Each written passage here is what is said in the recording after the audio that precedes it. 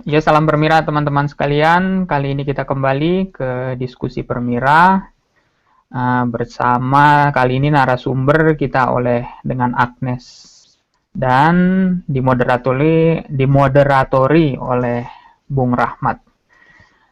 Saat ini Bung Rahmat berkuliah di jurusan Faculty of Law ya nantinya ya. Sekarang saat ini Bung Rahmat mempelajari bahasa Rusia dan mungkin di bulan Juli akan melanjutkan di jurusan Fakultas Hukum. Mas Rahmat ini adalah salah satu alumni Universitas Gadjah Mada ya, di Fakultas Hukum juga ya Mas Rahmat ya pastinya ya untuk melanjutkan S2-nya. Setelah ini profil Mbak Agnes mungkin nanti akan disampaikan oleh Mas Rahmat. Saya kembalikan ke Mas Rahmat untuk menjadi moderator. Silakan Mas Rahmat. Oke, terima kasih. Selamat siang, pagi, malam, dan sore buat seluruh kawan-kawan semua yang menyaksikan diskusi Ya, salam permira teman-teman online. sekalian. Dan salam Permira buat teman-teman semua. Assalamualaikum warahmatullahi wabarakatuh. Salam sejahtera bagi kita semua. Om Swastiastu.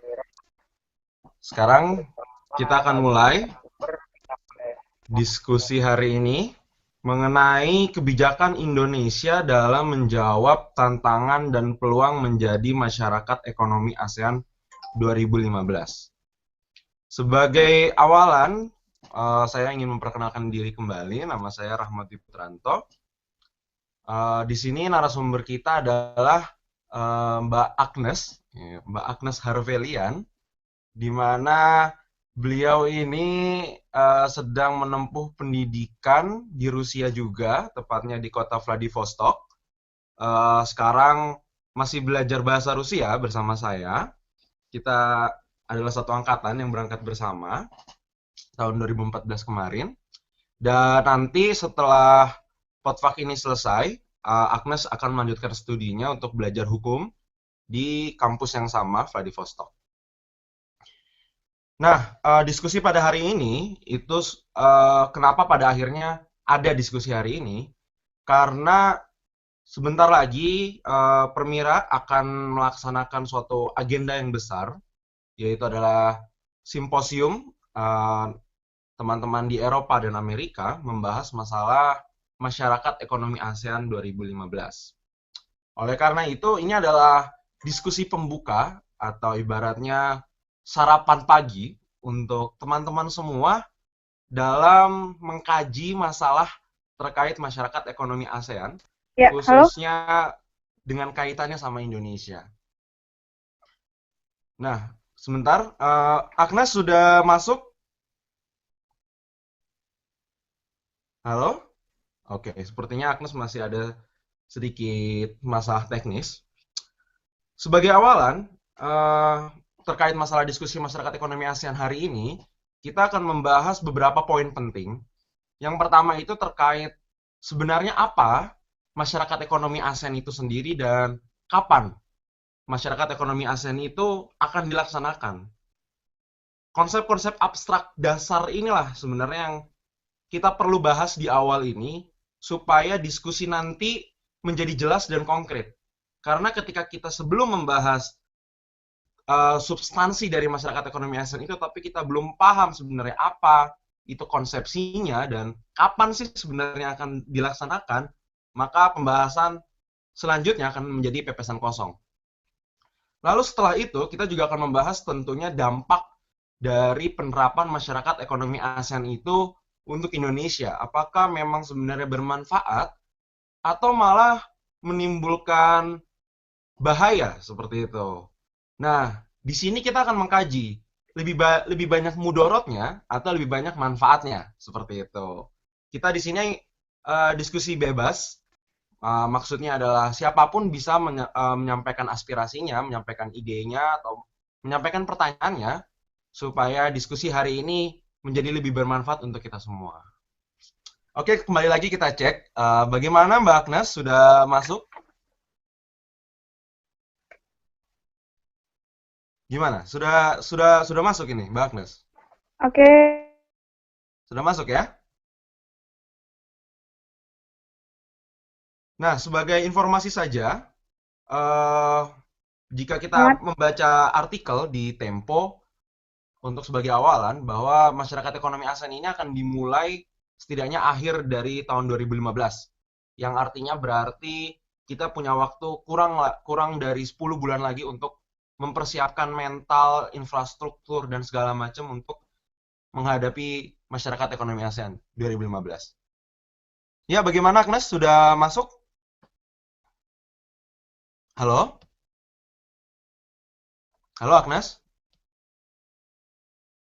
Halo Agnes?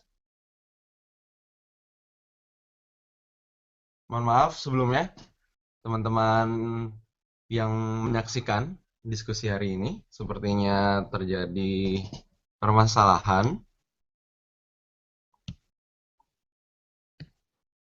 Halo? Ya, saya lanjutkan lagi.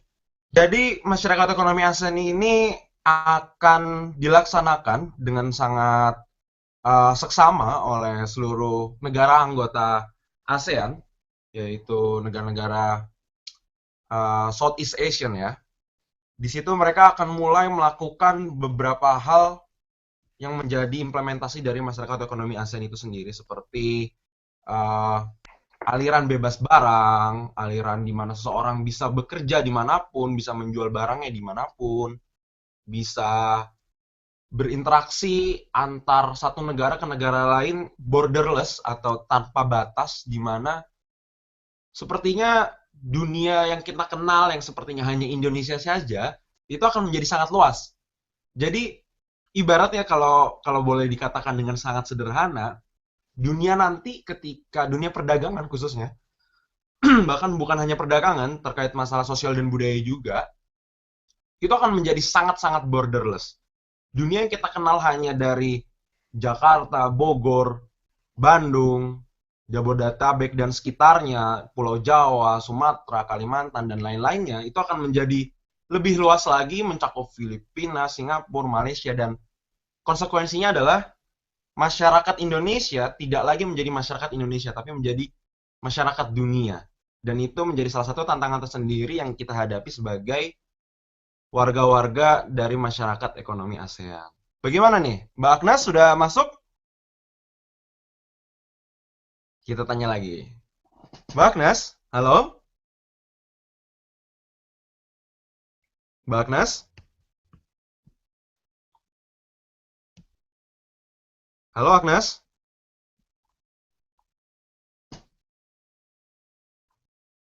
Sepertinya masih ada trouble. Halo Agnes?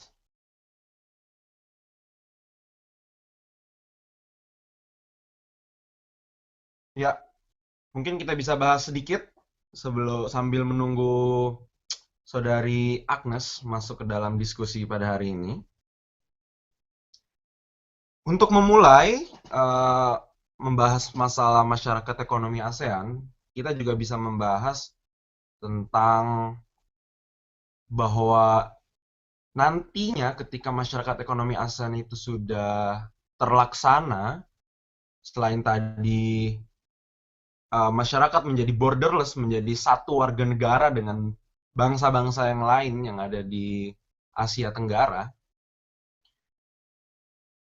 Indonesia itu akan melaksanakan perdagangan yang sangat-sangat bebas, yang semua orang bisa berdagang secara kompetitif dengan siapapun, baik dengan orang lokal maupun dengan orang asing. Ada beberapa pilar masyarakat ekonomi ASEAN yang sangat penting untuk kita bahas terkait masalah pasar tunggal, single market and production base, competitive economic region, dan lain sebagainya. Agnes sudah masuk?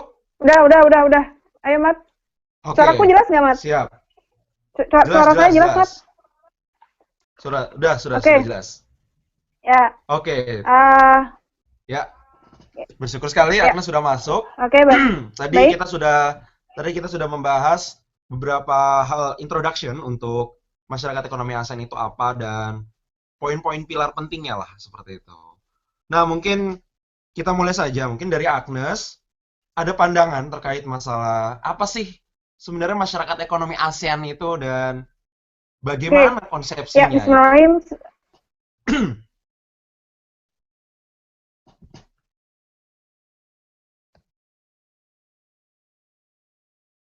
Halo Agnes? Waduh, sepertinya terjadi masalah lagi terkait masalah jaringan yang dialami oleh saudari Agnes.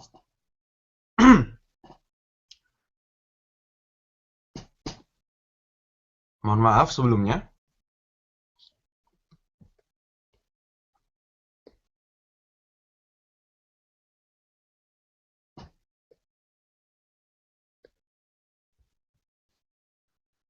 Ya, tadi kita melontarkan pertanyaan, apa sih sebenarnya masyarakat ekonomi ASEAN itu? Selain tadi yang sudah saya perkenalkan di awal, yaitu adalah... Oke, halo? Oke, Halo? terima kasih. Agnes sudah masuk, Agnes? Halo Agnes, langsung saja. Agnes?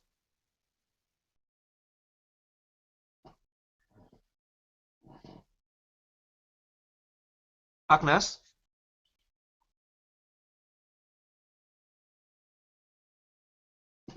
Sepertinya terputus kembali jaringan dengan saudari Agnes.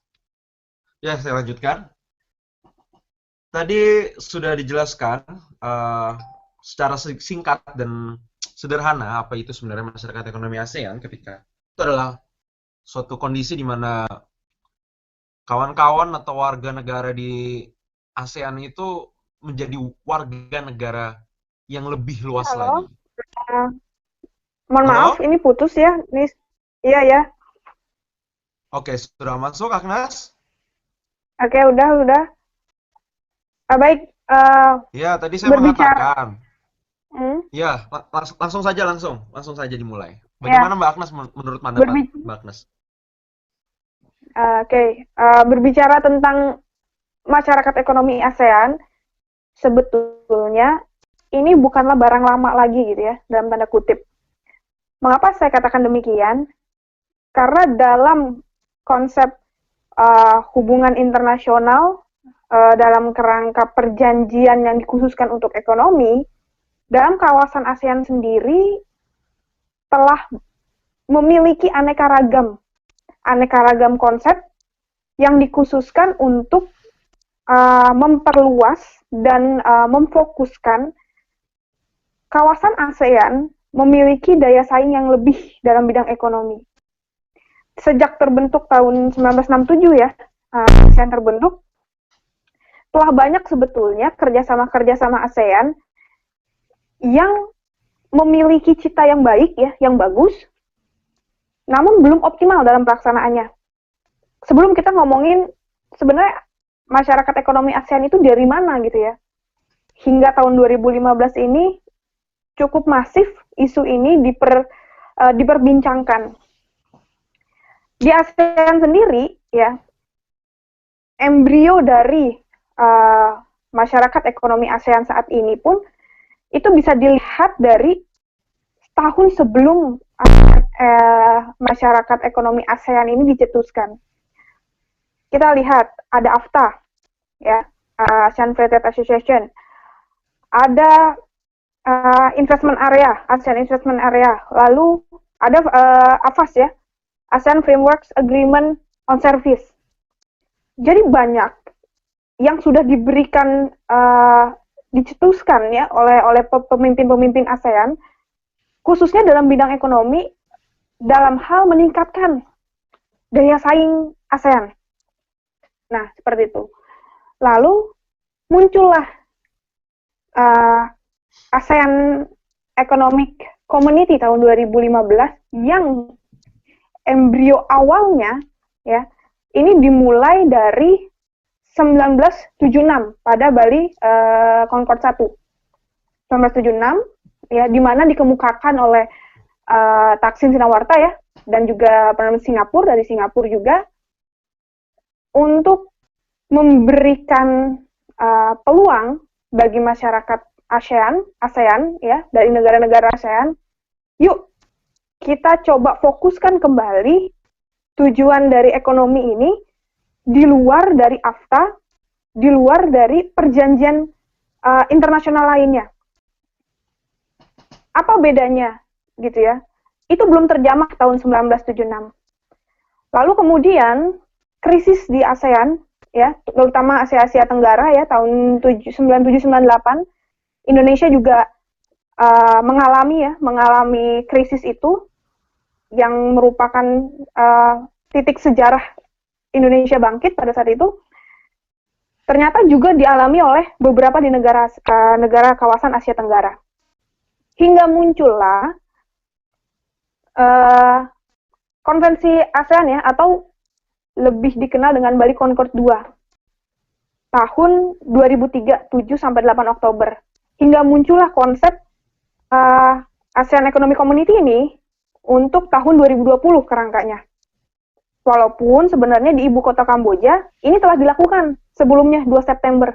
Jadi sudah ada omongan lebih dulu gitu ya mengenai ASEAN Economic ini. Nah, lalu apa sih spesifikasi ASEAN Economic Community dengan perjanjian-perjanjian internasional lainnya yang telah dibuat dan disepakati oleh kawasan ASEAN itu sendiri? Bedanya, dalam ASEAN Economic Community, dia lebih luas. Lebih luas.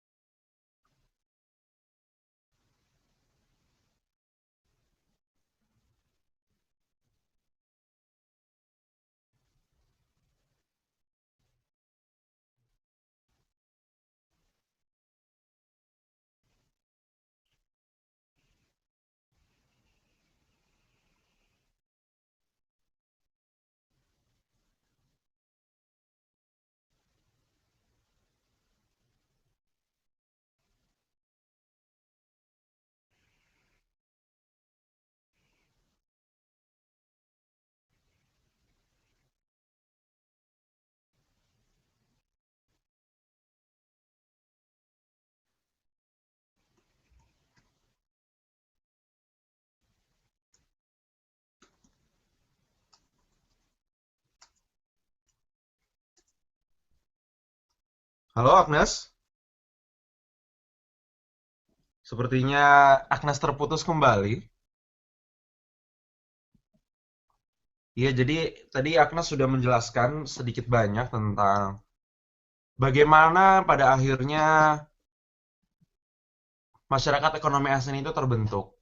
Yang dia mengatakan bahwa itu sebenarnya akan dilaksanakan pada tahun 2020 gitu. Tapi dipercepat menjadi tahun 2015. Nah, disinilah sebenarnya yang menjadi pertanyaan. Kenapa harus dipercepat menjadi tahun 2015? Seperti itu. Dan apakah memang sangat urgensi atau ada suatu kepentingan yang sangat mendesak, jadi kita harus segera melaksanakan masyarakat ekonomi ASEAN itu di tahun 2015 ini? Tentunya pertanyaan ini muncul juga berkaitan dengan kondisi Indonesia yang hari ini sedang dalam masa perkembangan. Bahkan beberapa ahli ekonomi mengatakan perkembangan kita udah sangat baik, tapi kita sedang mengalami ancaman bahwa posisi Indonesia ini akan stagnan, akan berhenti di tengah, atau kita sudah mampu berada di ekonomi menengah ke atas, tapi untuk mencapai ke atas itu akan sangat sulit. Jadi kita mendapatkan ancaman untuk berhenti atau stuck di titik tengah saja dan tidak berkembang kemana-mana. Nah, inilah yang menjadi pertanyaan, apakah nantinya dengan masyarakat ekonomi ASEAN ini yang kegiatannya ini akan dipercepat menjadi 2015 dan bentar lagi akan kita laksanakan, itu mampu untuk membantu Indonesia menaiki levelnya menjadi negara yang sudah tidak lagi menjadi menengah ke atas, tapi sudah menjadi di atas atau menjadi negara maju, atau udah sangat berkembang lagi lebih baik daripada hari ini. Itulah kenapa sebenarnya diskusi pada hari ini membahas tentang topik terkait. Ya, bagaimana Agnes, sudah masuk kembali? Halo Agnes? Oke, sambil menunggu Agnes, mungkin kita review sedikit. Tadi juga salah satu pembahasan Agnes adalah kenapa pada akhirnya ada masyarakat ekonomi ASEAN adalah karena untuk meningkatkan ekonomi setiap warga negaranya, atau untuk meratakan meratakan level ekonomi dalam setiap negara anggotanya itu sendiri supaya mereka semuanya mampu berkembang menjadi lebih baik lagi. Nah, di sini juga timbul pertanyaan, apakah dengan bebasnya perdagangan yang akan terjadi pada masyarakat ekonomi ASEAN itu mampu membuat negara-negara anggotanya itu akan berkembang?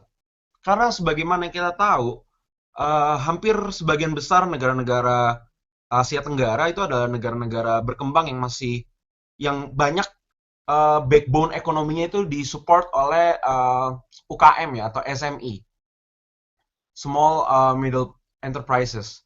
Nah, disinilah menjadi pertanyaan, apakah dengan terjadinya kebebasan perdagangan itu akan mendukung eksistensi daripada UKM itu sendiri yang tidak lain menjadi backbone of economy, backbone of national economy dari suatu negara. Nah, di sini juga yang akan kita diskusikan. Oleh karena itu kita menunggu juga nih Mbak Agnes untuk masuk kembali. Bagaimana Mbak Agnes? Sudah masuk lagi, Mbak? Halo? Sayang sekali ya terjadi permasalahan koneksi dengan teman kita, Agnes. Diskusinya ini sudah mulai masuk ke ranah yang substansial, di mana kita mulai membicarakan tentang dampak konkret untuk Indonesia pada akhirnya, dan urgensinya kenapa sih masyarakat ekonomi ASEAN ini harus dilaksanakan untuk Indonesia.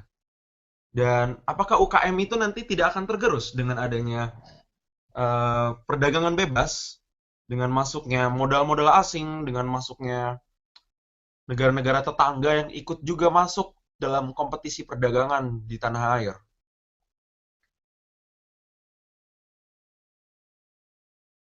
Halo, bagaimana? Sudah masuk, Mbak Agnes? Tes?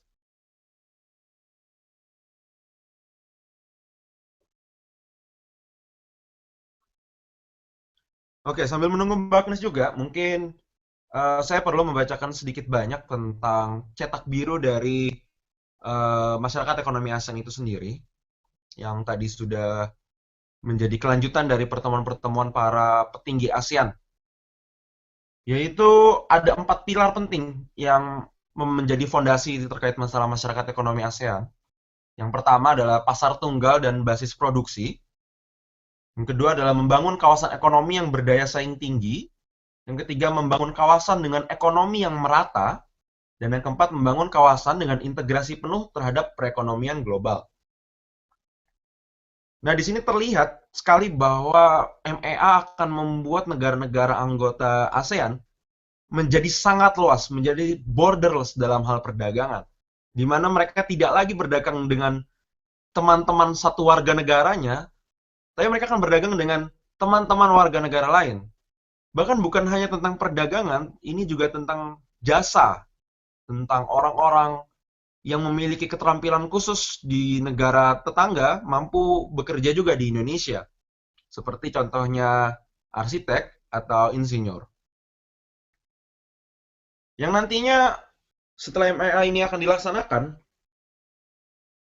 Indonesia tentu akan menjadi satu bagian produksi yang sangat luas, menjadi sangat global, atau kita sebut dengan global network production.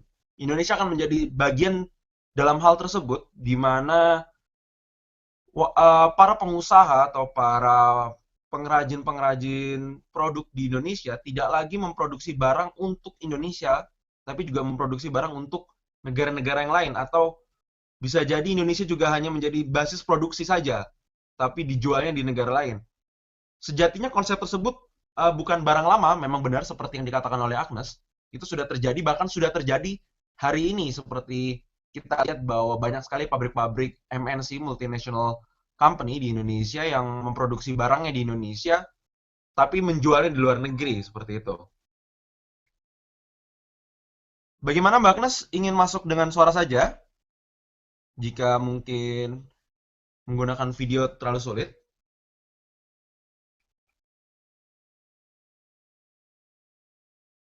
Ya, selain itu juga salah satu pilar dari MEA adalah membangun kawasan ekonomi yang merata.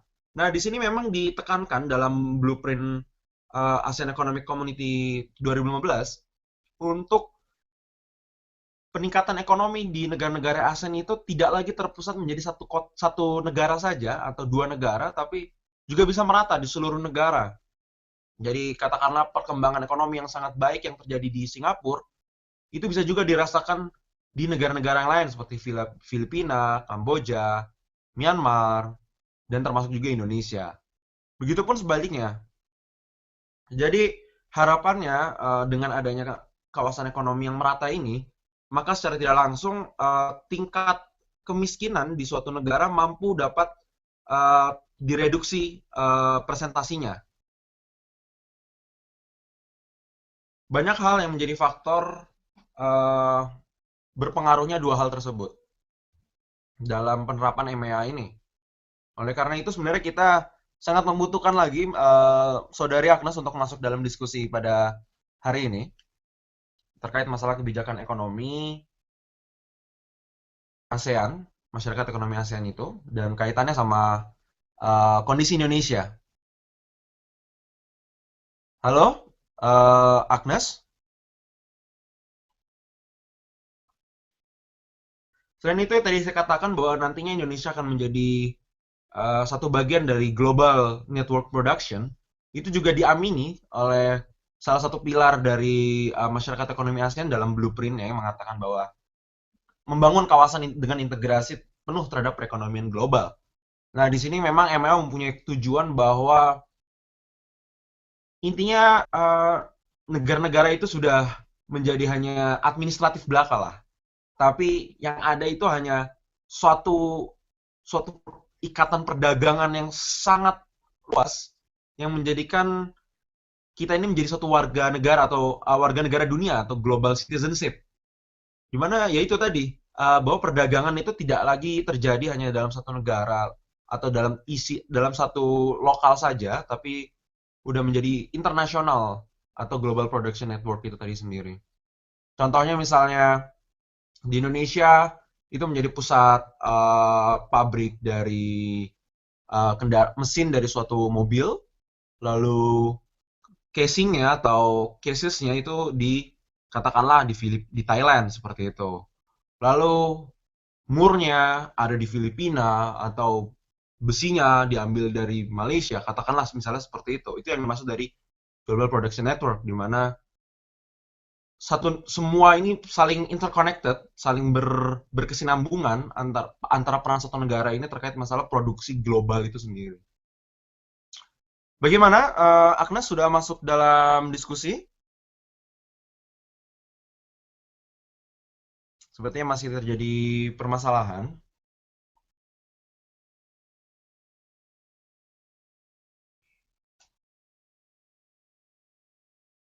Nah, terkait masalah tadi kita membahas single market and production base, itu akan memberikan implikasi terhadap kondisi perdagangan di tanah air. Seperti salah satunya adalah free trade in goods atau perdagangan bebas terkait masalah barang, dan juga masalah jasa, free trade in service. Dan selain itu, tadi saya juga sudah mengatakan bahwa sebagai salah satu dampak dari MEA ini, adanya perpindahan dari tenaga kerja yang memiliki keterampilan khusus atau free flow of skilled labor, di mana para tenaga kerja yang ahli yang sudah memiliki keterampilan khusus seperti engineering dan juga arsitek, mereka mampu bekerja borderless juga. Jadi misal katakanlah seorang engineer itu terlahir dan memperoleh gelarnya itu di Malaysia, dia bisa tidak hanya bekerja di Malaysia, tapi juga bisa bekerja di Singapura atau di Indonesia atau di Thailand dan sebagainya. Begitupun termasuk buat warga Indonesia.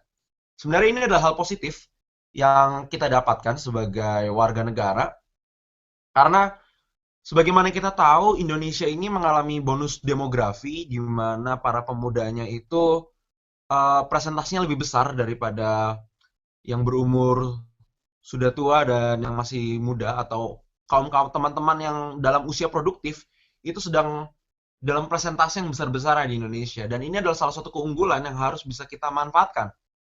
Namun sayangnya, level atau tingkat kependidikan yang ada di Indonesia itu tidak menjadikan bonus demografi ini semuanya udah termasuk dalam skilled labor. Nah, disinilah tantangan yang kita dapatkan, bahwa kesempatan di mana orang-orang Indonesia berkiprah di ASEAN itu terhambat. Karena hanya beberapa di antara mereka yang mampu atau capable untuk berkiprah di ASEAN itu sendiri. Sayangnya di situ. Makanya pemerintah ini harus sangat berperan, harus turun tangan segera, membantu meningkatkan tingkat level kependidikan di Indonesia, agar level skilled labor yang kita miliki itu menjadi banyak, sehingga kita bisa ibaratnya menginvasi lah negara-negara tetangga terkait masalah skilled labor yang ada di Indonesia, kayak gitu. Indonesia jangan menjadi pasar dari skilled labor yang ada di luar. Jadi jangan sampai Indonesia ini seperti terjajah kembali, seperti dulu, ketika orang-orang yang mengisi pos-pos perusahaan, orang-orang yang mengisi bahkan pos-pos penting yang menguasai hajat hidup orang banyak, itu dikuasai oleh orang-orang yang memiliki keterampilan yang mereka berkewarganegaraan asing. Nah, disinilah sebenarnya yang kita tidak inginkan. Oleh karena itu, hanya pendidikan yang mampu mengelevasi tingkat kesejahteraan dan level dari kita mampu bertahan atau tidak dalam tantangan yang kita hadapi dalam MEA nanti itu.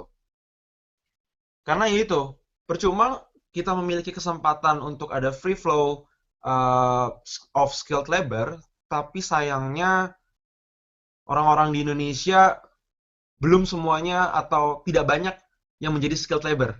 Kita hanya menjadi unskilled labor. Kita hanya berperan untuk mengirimkan para pekerja Indonesia ke negara asing untuk menjadi pembantu, untuk menjadi orang-orang yang bekerja kasar, dan selamanya jika hanya seperti itu, maka itu akan sangat berpengaruh terhadap kewibawaan Indonesia dan perekonomian Indonesia juga pada akhirnya. Halo, bagaimana Agnes?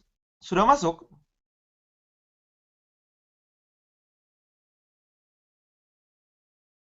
Halo?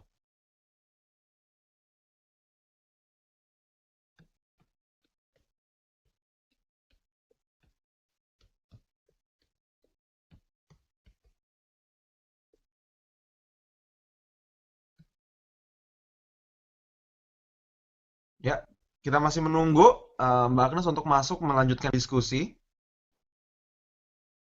Oke, sebelumnya kita pause terlebih dahulu untuk memperbaiki koneksi terkait masalah narasumber kita pada hari ini, Saudari Agnes Harvelian.